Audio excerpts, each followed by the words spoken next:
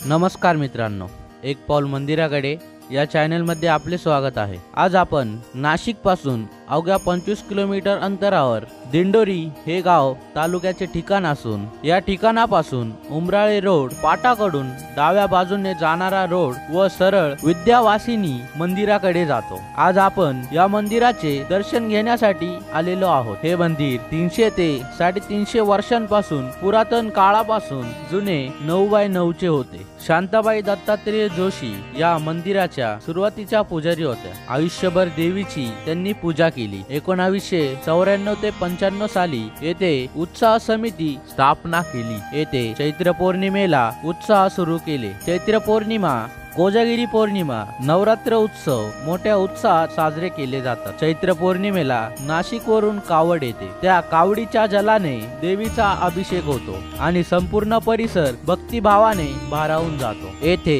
दररोज त्रिफळा आरती होते। आरतीची वेळ सकाळी 7 वाजेला, दुपारी 12 वाजेला तसेच सायंकाळी 5:45 वाजता होते। दुपारच्या आरतीला आम्ही तेथे हजर होतो।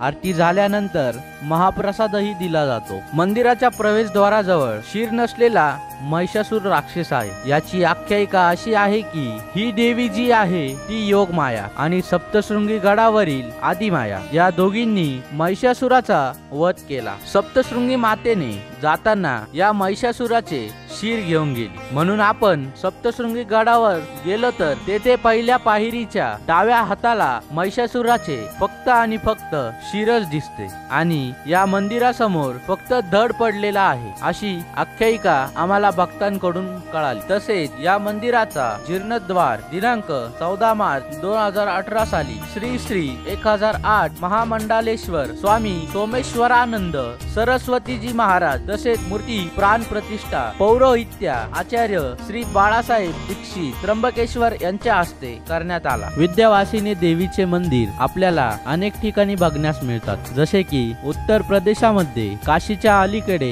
विद्याचल हे मंदिर, शेंदवा घाटामध्ये बिजासन हे मंदिर, धुळ्याजवळ दुसाने व वरखेडा या गावामध्ये तसेच मालेगाव जवळ करंजगव्हाण या गावामध्ये तामिनी घाटात व चिपळूणला या देवीचे मंदिरे आहेत। पुढील आख्यायिका आपण पुजाऱ्यांकडून जाणून जाणून घेऊया. नंदगोपगृहे जाता यशोदा गर्भ संभवा ततस्सोना शिष्यामी विंध्याचल निवासिनी. नाशिकपासून 25 किलोमीटर अंतर असे दिंडोरी शहरात जवळ 2 किलोमीटर अंतरात श्री विंध्यवासिनीचं 350 वर्षापूर्वीचं अति प्राचीन मंदिर आहे. ही देवी नवसाला पावणारी आहे. तसं पूर्वी 9x9 ते छोटंसं मंदिर होतं. या ठिकाणी विंध्यवासिनी देवी मंदिर संस्थान ट्रस्ट यांच्या माध्यमातून मंदिराचं विस्तारीकरणाचं काम सुरू झालं आणि साधारणतः 20 वर्ष लागले मंदिर होईल आणि भव्य दिव्य असं या मंदिर इथे साकारले झालं. तिथे सोनार, पेली, ब्राह्मण, राजपूत, नाभी, शिंपी, जिरेमाळी अनेकांची ही कुलदेवता आहे. त्याच्यामुळे सर्वजण इथे कुलदेवतेला नवस फेडण्यासाठी एक असतात. हे मंदिर जेव्हा बांधण्यात आलं त्यावेळेला इथे देवीची मूळ मूर्ती सिंदूर चर्चित तसंच विंध्याचलला जी मूर्ती स्थापन आहे ही मूर्तीची इथे प्रतिष्ठापना करण्यात आली. ते रूप तिथे त्याच्याबरोबर कालभैरव, नवदुर्गा, महादेव या ठिकाणी आहे. यांचं पण या ठिकाणी दर्शन होतं. या मंदिराची रचना अशी आहे की गर्भगृह, दर्शन गाभारा, सभामंडळ. मंदिर परिसरामध्ये 22 एकर याच्यामध्ये डोंगरावर झाडं लावले. 97 साली सामाजिक वनीकरण, देवासी मंदिर संस्थान, ग्रामपंचायत यांच्या माध्यमातून या ठिकाणी झाडे लावून झाले. आज त्या ठिकाणी जंगलामध्ये रूपांतर झालेलं आहे. या देवीला बीजासिनी, बुद्धेवासिनी, योगमाया, मंदा देवी म्हणून ही देवीला ओळखलं जातं. तसंच या देवीचं मुख्य मंदिर काशीजवळ विंध्याचल म्हणून गाव आहे. त्या ठिकाणी विंध्य प्रदेशात वास्तव्य केल्यामुळे विंध्यवासिनी नंद. तसं नंद हा यशोदेच्या गर्भापोटी उत्पन्न होऊन जेव्हा वासुदेवाने कारागृह हो कंस देवकीचे 8 संतान वध करत अशी जेव्हा भविष्यवाणी झालेली होती त्यामुळे कंस देवकीचे मुलं कारागृहात मारायचा. तर योगमायाने नंदाच्या घरी अवतार घेतला यशोदेच्या पोटी आणि वासुदेवांनी जी आज्ञाबद्दल दिली आणि कारागृहामध्ये ह्या योगमायाला आणून ठेवलं आणि तो कृष्णाला नंदाने यशोदेच्या जवळ देऊन ठेवलं आणि कंसाला मारायला कारागृहामध्ये. त्यावेळेला ते योगमाया याच्या हातातून निष्ठून आकाशामध्ये वीज होऊन चमकली आणि तिने सांगितलं दुधावत करणार कृष्ण हा धर्मराज्य आहे म्हणून तिच्या हातातून निष्ठून ती विंध्य प्रदेशात वास्तव्य केलं. मग तिला विंध्यवासिनी म्हणतात. वीज होऊन चमकली म्हणते विजेला बीजासिनी म्हणून म्हणतात. विंधाई म्हणतात. नंदाची मुलगी होऊन नंदादेवी म्हणतात. अनेक नावांची ही भगवती तुझी पुढे आहे.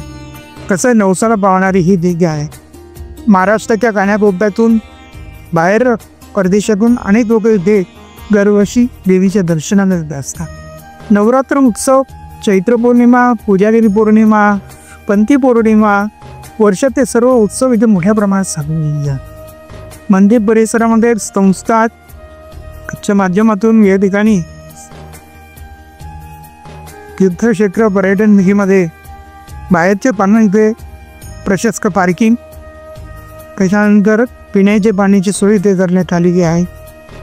तसंच भक्तनिवास आणि अन्न छत्राची सोय सुद्धा संस्थान लवकरच करणार आहे. ये हो मान दिवस. भक्तांनो, आम्ही खूप मेहनत करून आपल्यासाठी व्हिडिओ बनवत असतो. आम्हाला आपल्याकडून एवढीच अपेक्षा असते की आपण आमच्या चॅनलला लाईक, सबस्क्राईब आणि शेअर करावे. म्हणजे आम्हाला पुढील व्हिडिओ बनवण्यास आत्मविश्वास व प्रोत्साहन मिळते. धन्यवाद.